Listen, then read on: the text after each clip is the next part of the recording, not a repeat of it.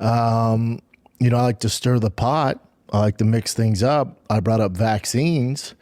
Huge mistake. Bryan and Rogan really got into it.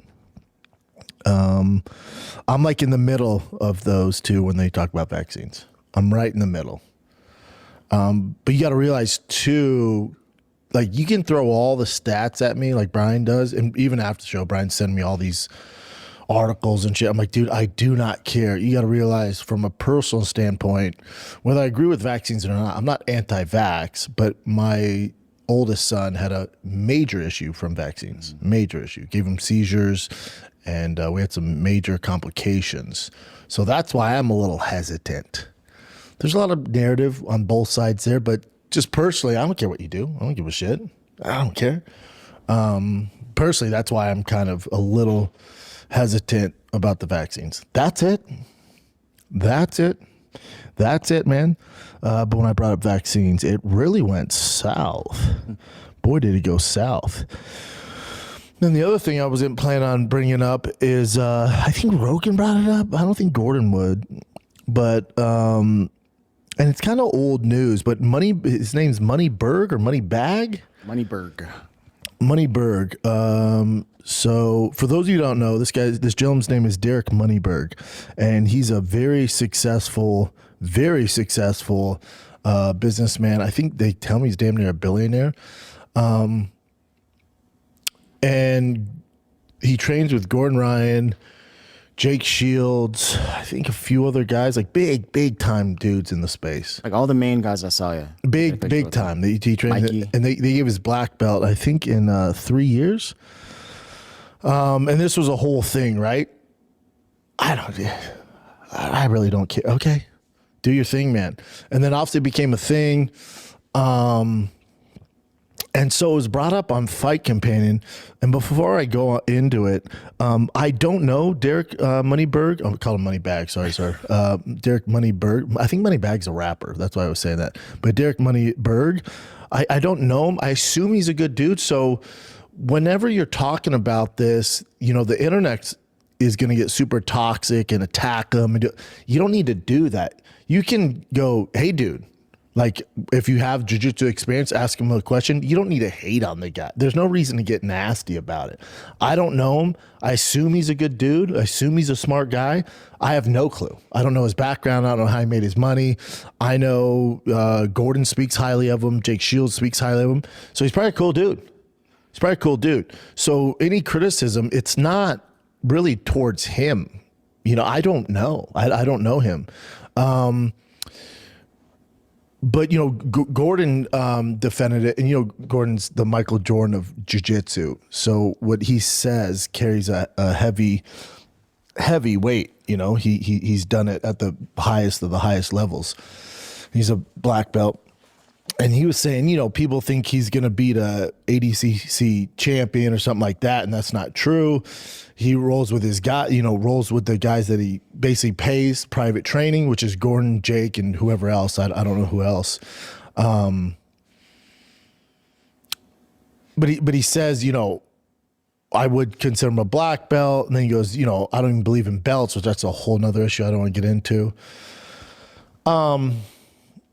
And I had questions about it. Again, I'm not hating on Derek Moneyberg. I just had some questions about it because I've been around jiu-jitsu a long time, trained at the highest level. When I hear a guy gets his black belt in under 10 years, who's not like a competition jiu-jitsu practitioner, it usually, my jiu-jitsu spidey sense go, what's going on here? Either he's a complete freak, a la BJ Penn, and now maybe I'm criticizing it because it took me a bit longer to get really good at a high level, but maybe he's there.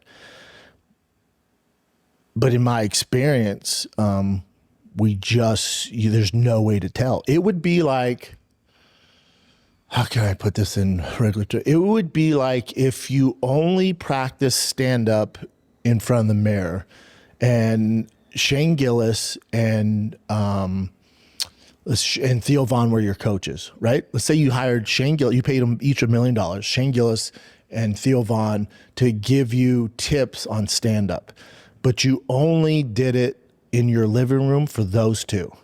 And they went, dude, you're better than we are. Dude, you're legit black belt at comedy.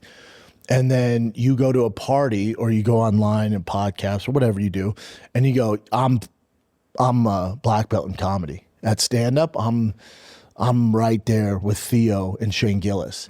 And then someone goes, oh, where are you performing? You go, I don't perform. You go, what do you mean? I don't do it in front of people. You go, well, so how do you know where you're at?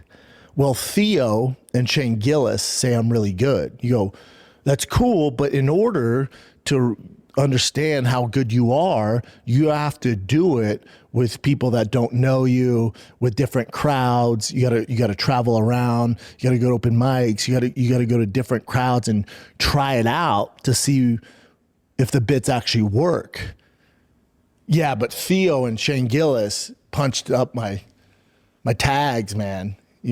I know, but where can we see it? You can't. Just know I'm that good. A lot of people, especially in comedy, would be like, hold up. That's not the way this works. Comedy is another thing. 10 years. Jiu-jitsu, 10 years. There's a reason that exists. But everyone wants instant gratification, instant credibility. There's a reason I got a ton of hate. Rightfully so. I had a special in 2 years. That's not normal. That's not how it works. I was not at a black belt level in comedy. I got pushed way too fast.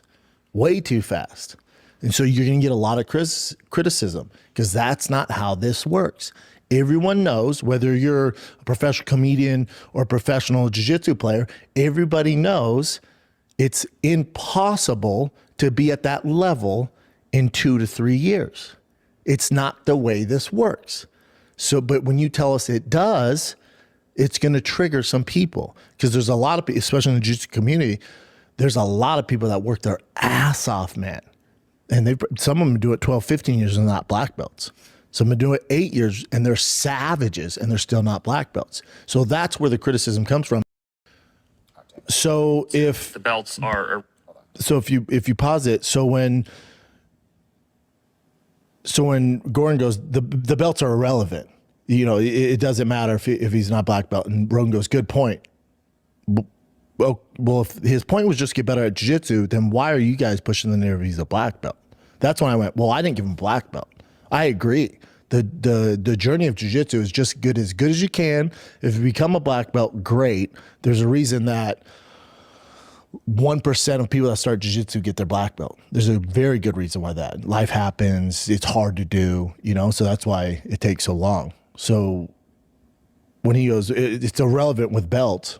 Well, I didn't say he was a black belt. I never have, And this whole thing is about the black belt. That's the whole reason why people are upset. Correct. Yes, if you just posted he was training with them and he's getting good and didn't put a label on it, then there's no discussion.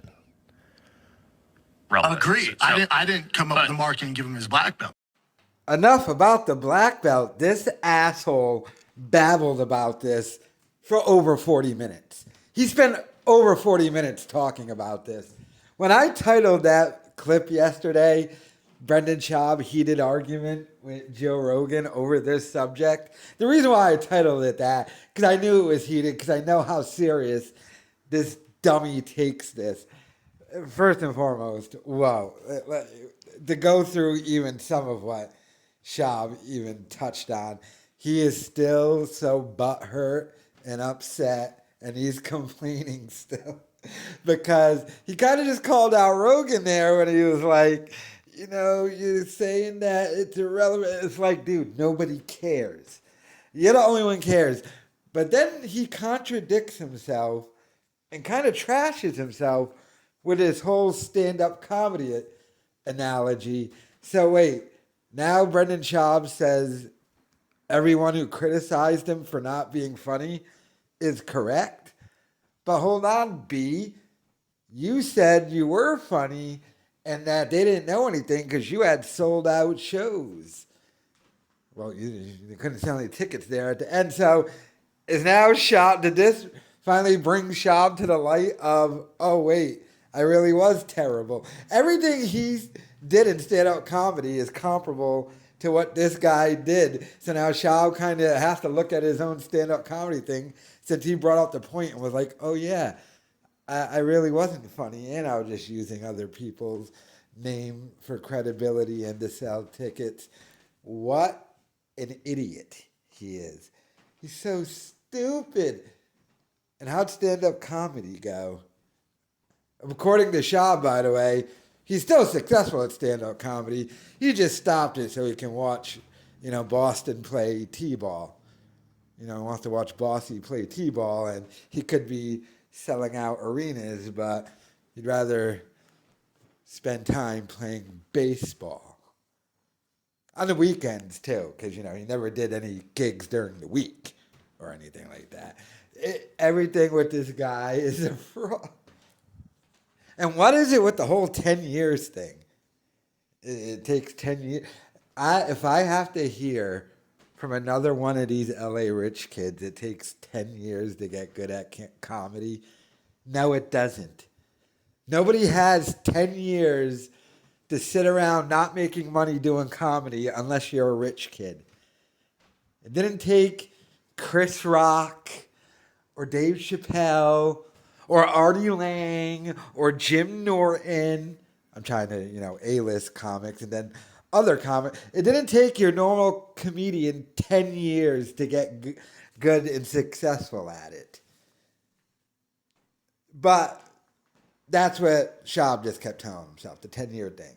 Now, the 10-year thing exists with you LA rich kids because you sat around for 10 years not having to get a real job and just doing stand-up every day, until eventually you got booked because you just were able to hang around for a decade because mommy and daddy paid all the bills.